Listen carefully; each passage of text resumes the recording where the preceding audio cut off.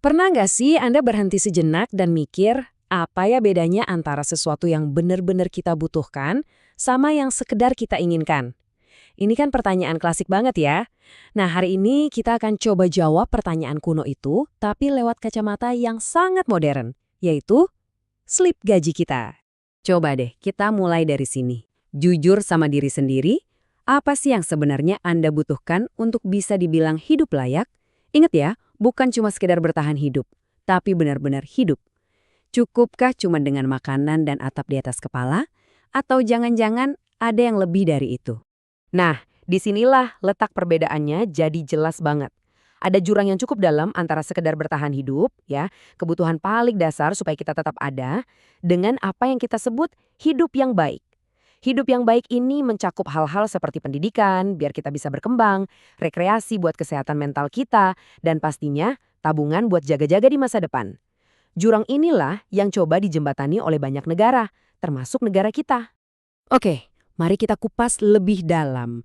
Ternyata, pertanyaan soal hidup layak ini bukan cuma obrolan santai loh. Buat satu negara, ini adalah teka-teki hukum yang udah mereka coba pecahkan dan terus direvisi selama lebih dari setengah abad. Yep, kita akan beralih dari yang sifatnya universal ke contoh spesifik yang sangat relevan. Peraturan upah minimum di Indonesia. Percaya atau tidak, negara kita punya sejarah panjang dalam mencoba mendefinisikan secara hukum apa saja sih yang masuk hitungan kebutuhan seorang pekerja agar hidupnya layak. Coba deh kita lihat perjalanannya di lini masa ini. Dimulai dari tahun 1969 dengan KFM, Kebutuhan Fisik Minimum, yang fokusnya benar-benar cuma fisik, titik. Lalu berkembang jadi KHM, Kebutuhan Hidup Minimum, sampai akhirnya kita kenal KEHAL, Kebutuhan Hidup Layak, yang cakupannya diperluas besar-besaran di tahun 2012. Ini bukan cuma ganti istilah ya, ini adalah pergeseran cara pandang yang fundamental. Dari yang penting hidup, jadi hidup yang berkualitas. Jadi, seberapa luas perluasannya? Jawabannya ada di angka ini. 60. 60. Ada 60 komponen berbeda yang dianggap esensial bagi seorang pekerja. Kita udah nggak lagi ngomongin soal makan sama pakaian doang di sini. Terus, apa aja 60 komponen itu? Nah, mereka dikelompokkan jadi kategori-kategori utama ini.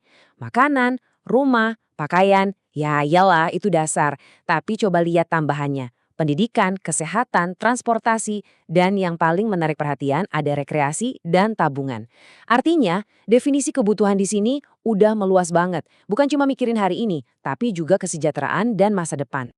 Oke, pertanyaannya sekarang, apakah semua perubahan ini terjadi begitu aja, kebetulan, atau jangan-jangan ada sebuah pola di baliknya?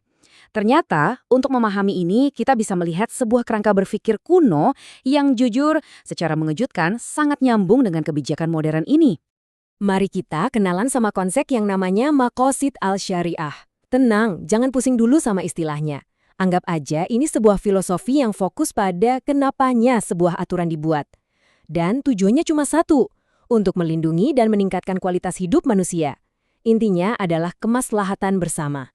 Menurut filosofi ini, hidup yang sejahtera itu harus ditopang sama 5 pilar utama. Ada perlindungan agama untuk spiritualitas, jiwa untuk kehidupan itu sendiri, akal untuk kecerdasan kita, keturunan untuk generasi penerus, dan harta untuk stabilitas ekonomi.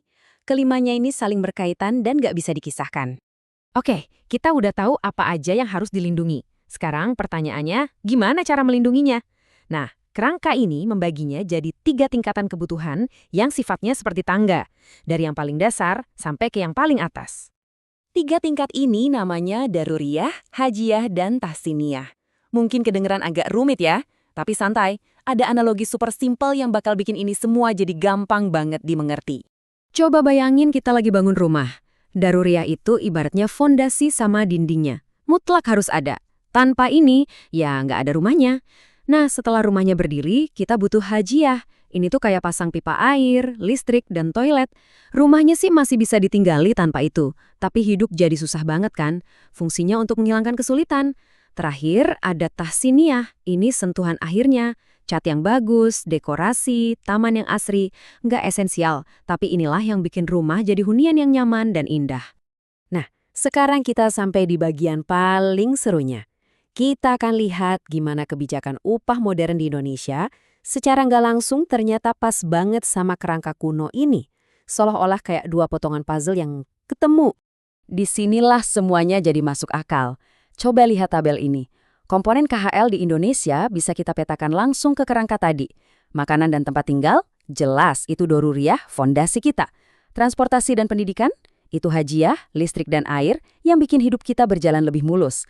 Dan yang paling keren, rekreasi dan tabungan, ternyata masuknya ke kategori tahsiniyah, si dekorasi yang bikin hidup jadi lebih berwarna dan punya harapan.